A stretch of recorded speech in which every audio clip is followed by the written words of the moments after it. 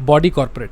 Body corporate क्या है? अगर आप पूछोगे कि सर बॉडी कॉर्पोरेट क्या है, तो मैं आपको बताऊंगा कि सुन मेरे भाई, कोई भी कंपनी, कोई भी कॉर्पोरेशन, कोई भी बॉडी, कोई भी क्या बताओ, कोई भी बॉडी, क्यों कोई भी बॉडी, अगर कोई भी बॉडी, कोई भी इंस्टीट्यूशन अगर ये चार अपने फीचर्स में ऐड कर ले या फिर इसको सेटिस्फाई कर ले, इन 4 चीज़ों को सेटिस्फाई कर ले, तो वो बन जाता है बॉडी कॉर्पोरेट। तो कोई भी बॉडी, देखो मैं फिर से बताऊंगा, कोई भी बॉडी कोई भी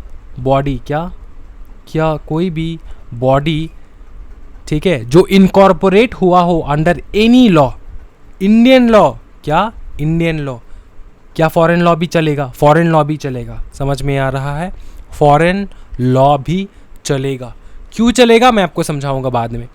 इनकॉर्पोरेटेड अंडर एनी लॉ, आपका इनकॉर्पोरेशन हुआ है अंडर एनी लॉ, आपका सेपरेट लीगल एंटिटी है, आपका एक सेपरेट लीगल एंटिटी है, मतलब सेपरेट फ्रॉम इट्स इनकॉर्पोरेटर्स। जो भी आपका ये कॉर्पोरेशन है आपका, या फिर जो भी आपका बॉडी है, ये बॉडी जो है ना, ये सेपरेट है, separate from its incorporators, separate from its incorporators. Separate from its incorporator मतलब इनका जो मालिक है, जिसने इनकॉर्पोरेट किया है इस चीज़ को, इस बॉडी को, वो मालिक और वो बॉडी जो है दोनों अलग है, दोनों सेपरेट है, समझ में आ रहा है? तो सेपरेट लीगल एंटिटी। और तीसरा परपेचुअल सक्सेशन। परपेचुअल सक्सेशन का मतलब क्या होता है? परपेचुअल सक्सेशन का मतलब ये होता है, कोई भी एक बंदा मर जाने से कंपनी बंद नहीं होता। यहाँ पे मैं कंपनी बोल रहा हूँ, लेकिन याद रखना बॉडी, समझ में आ रहा है? ये बॉडी बंद नहीं होगा, क्योंकि कंपनी बॉडी कॉर्पोरेट के अंडर आता है, समझ में आ रहा है? ये समाज आता है बॉडी कॉर्पोरेट। बॉडी कॉर्पोरेट का डेफिनेशन जो है वो वाइडर डेफिनेशन है, समझ में आ रहा है? It's a wider definition.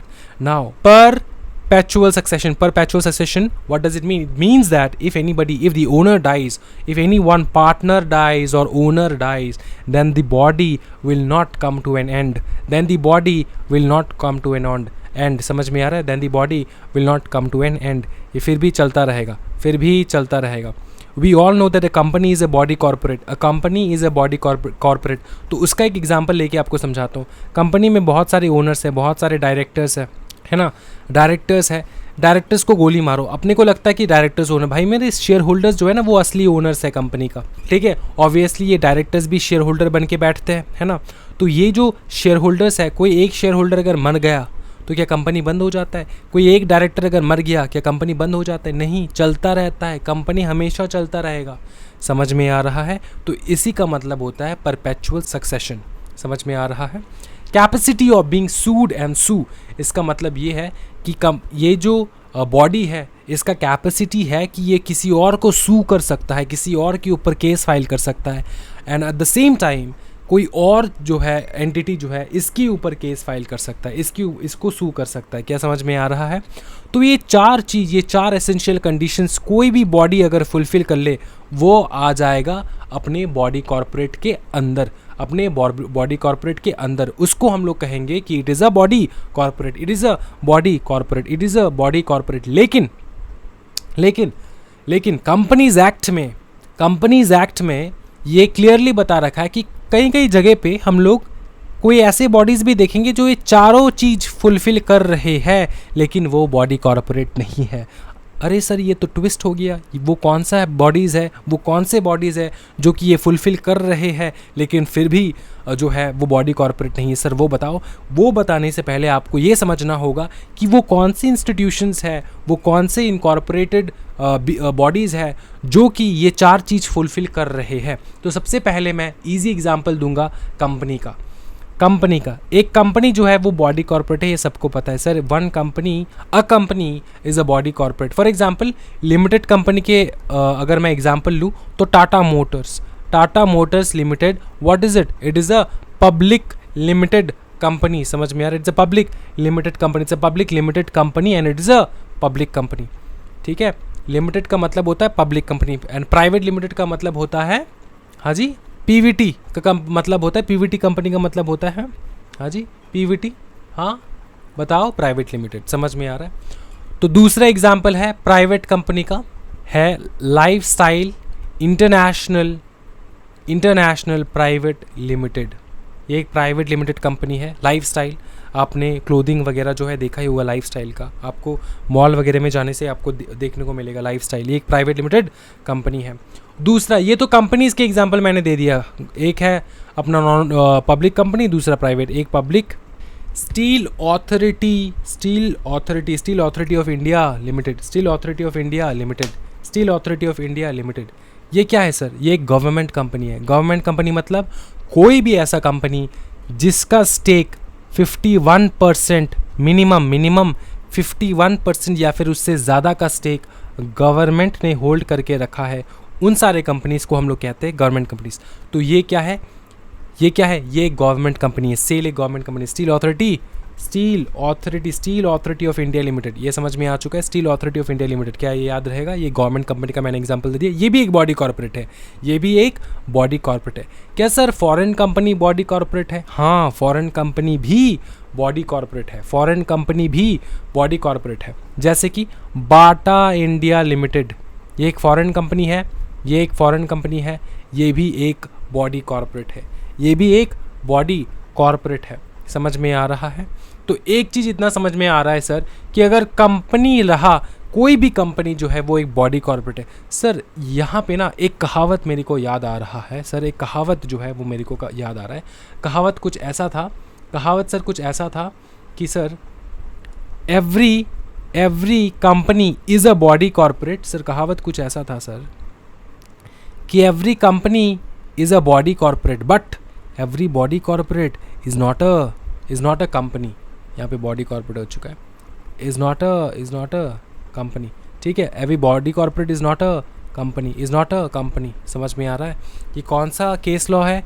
ये केस लॉ है Madras central urban bank limited versus corporation of Madras. अच्छा, इसका मतलब क्या सर, समझाओ। इसका मतलब यहाँ पर ये बता रहे सर कि हर कंपनी जो है एक बॉडी कॉर्पोरेट है, लेकिन हर बॉडी कॉर्पोरेट एक कंपनी नहीं है। क्यों नहीं है? यहाँ पे मैं एग्जांपल के तौर पे समझाता हूँ। जैसे कि अपना ICSI, ICAI, ICWAI, RBI, ये सारे क्या है? ये सारे स्टैट्यूटरी कॉर्पोरेशंस है। ये सारे क्या है? क्या ICSI एक कंपनी है? नहीं है। ICAI एक कंपनी है? नहीं है। ये एक स्टैट्यूटरी कॉर्पोरेशंस है। ICAWI कंपनी है? नहीं है। RBI क्या एक कंपनी है? नहीं है, एक स्टैट्यूटरी बॉडी है। ये एक स्टैट्यूटरी कॉर्पोरेशन है। मतलब ये है, ये एक ऐसा बॉडी जो कि फॉर्म हुआ है अंडर इट्स ओन एक्ट।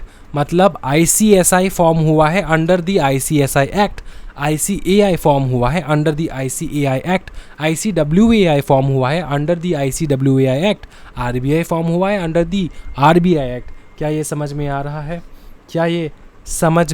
रहा है? हाँ जी, कोई दिक्कत वाली बात नहीं है? हाँ जी सर, कोई दिक्कत वाली बात नहीं है। ICSI, ICAI, ICAWI, RBI, ये सारे क्या है?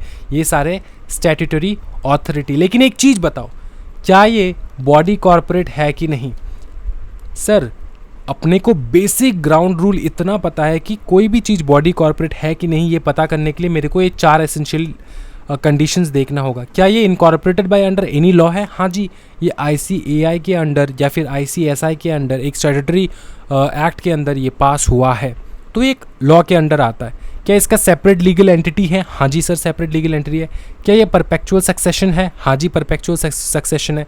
मतलब पकड़ लो, प्रेसिडेंट किसी दिन अगर मर गया, किसी दिन अगर पास हो गया ICSI का प्रेसिडेंट, तो क्या ICSI बंद हो जाएगा? नहीं बंद होगा, वो चलता रहेगा, है ना। परपेचुअल सक्सेशन है। फिर capacity of being sued and sue, क्या आप सू कर सकते हो ICSI को? हाँ कर सकते हो। अगर उल्टा सीधा ICSI ने किया तो आपके साथ नाइंसाफ़ी। अब क्या ICSI आपको सू कर सकते हैं? हाँ कर सकते हैं। तो ये चारों कंडीशन फुलफिल होता है? हाँ फुलफिल होता है। तो अगर फुलफिल होता है, ये भी एक बॉडी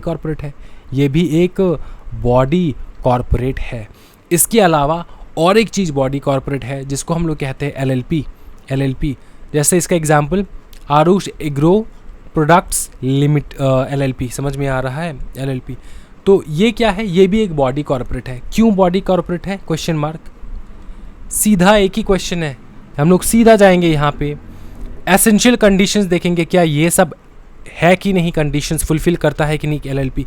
अगर ये चारों फुलफ़िल करता है तो एक बॉडी कॉर्पोरेट है। तो हाँ, ये चारों जो है फुलफ़िल करता है, इसलिए एक एलएलपी भी बॉडी कॉर्पोरेट है। क्या ये समझ में आ रहा है? क्या ये समझ में आ रहा है? हाँ जी, हाँ ये समझ में आ रहा है सर, कोई दिक्कत वाली बात नहीं सर, एकदम बवाल।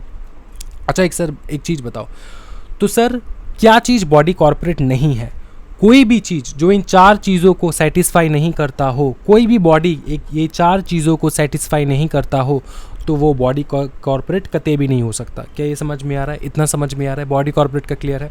अच्छा, और एक चीज़ समझो, बॉडी कॉर्पोरेट का डेफिनेशन हम लोग समझेंगे, ठीक है? बॉडी कॉर्पोरेट का डेफिनेशन हम लोग समझेंगे। बॉडी कॉर्पोरेट का डेफिनेशन दिया हुआ है कंपनीज एक्ट में अंडर सेक्शन 2 क्लॉज 11। क्या बताया बॉडी कॉर्पोरेट के डेफिनेशन? बोले body corporate includes all companies weather incorporated in India और इनकॉर्पोरेटेड आउटसाइड इंडिया। मतलब फॉरेन कंपनीज भी को इंक्लूड करता है बॉडी कॉर्पोरेट के डेफिनेशन में, but excludes cooperative societies and bodies notified by government. तो दो चीज़ एक्सक्लूड होता है बॉडी कॉर्पोरेट के डेफिनेशन से, एक है कोऑपरेटिव सोसाइटी, एक है कोऑपरेटिव सोसाइटी, दूसरा है कोई भी बॉडी नोटिफाइड बाय गवर्नमेंट। मतलब अगर कंपनी हो ना, अगर आप एक कंपनी हो लेकिन सीजी ने बता दिया, सीजी ने डिक्लेयर कर दिया कि आप एक बॉडी कॉर्पोरेट नहीं हो, तो आप नहीं हो, सीधा बात, नो बकवास। समझ में आ रहा है ना? आप बाय डिफ़ॉल्ट तो बॉडी कॉर्पोरेट हो, लेकिन अगर सेंट्रल गवर्नमेंट ने, अगर गवर्नमेंट ने बता दिया, ठीक है, गवर्नमेंट ने बता दिया कि आप नहीं हो बॉडी कॉर्पोरेट, तो आप नहीं हो, ठीक है? अगर गवर्नमेंट ने आपको एक्सक्लूड कर दिया तो आप बॉडी कॉर्पोरेट नहीं हो। इसके अलावा और एक चीज़ जो है वो बॉडी कॉर्पोरेट नहीं है, वो है कोऑपरेटिव सोसाइटीज़, वो है कोऑपरेटिव सोसाइटी। इस बात का ध्यान रखना है। समझ में आ रहा है? कोऑपरेटिव सोसाइटीज़ ये चारों चीज़ जो है सेटिस्फाई करता है।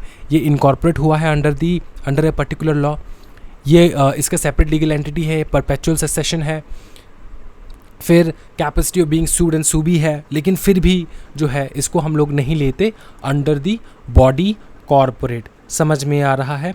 अब बहुत सारे स्टूडेंट कहेंगे सर कोऑपरेटिव सोसाइटीज़ तो ठीक है, लेकिन सोसाइटी जो है वो, हाँ सोसाइटी जो है उसको भी एक्सक्लूड किया गया है from the definition of body corporate, also exclude society. लेकिन एक चीज़ ध्यान में रखना, ये जो कोऑपरेटिव सोसाइटीज़ है ना, इसको एक्सक्लूड किया है कंपनीज एक्ट ने सेक्शन 2 क्लॉज 11 के द्वारा, लेकिन सोसाइटी को एक्सक्लूड किया गया है bye judgement pass bye a court, ठीक है? इन द केस ऑफ, ये केस था, फेमस केस था, board of trustees versus state of Delhi 1962। इस केस में जज ने कहा कि सोसाइटीज़ जो है इसको भी हम लोग बॉडी कॉर्पोरेट नहीं लेंगे। तो इन टोटल हम लोगों ने क्या सीखा? बॉडी कॉर्पोरेट मतलब कुछ भी जो ये चार सेट चीज़ें एसेंशियल इंग्रेडिएंट सेटिस्फाई करता हो, कैरेक्टरिस्टिक है उस चीज़ में, लेकिन excludes cooperative societies under section 2 of clause 11 and exclude society by a case law which is known as Board of Trustees versus State of Delhi, and also at the same time bodies जो कुछ भी notify किया गया हो by government, ठीक है, तो उसको हम लोग नहीं कहेंगे एज ए बॉडी कॉर्पोरेट। समझ में आ चुका है? बॉडी कॉर्पोरेट समझ में आ चुका है? क्या ये बॉडी कॉर्पोरेट का डेफिनेशन पूरा क्लियर हो चुका है? ज़िंदगी में भूल जाओगे?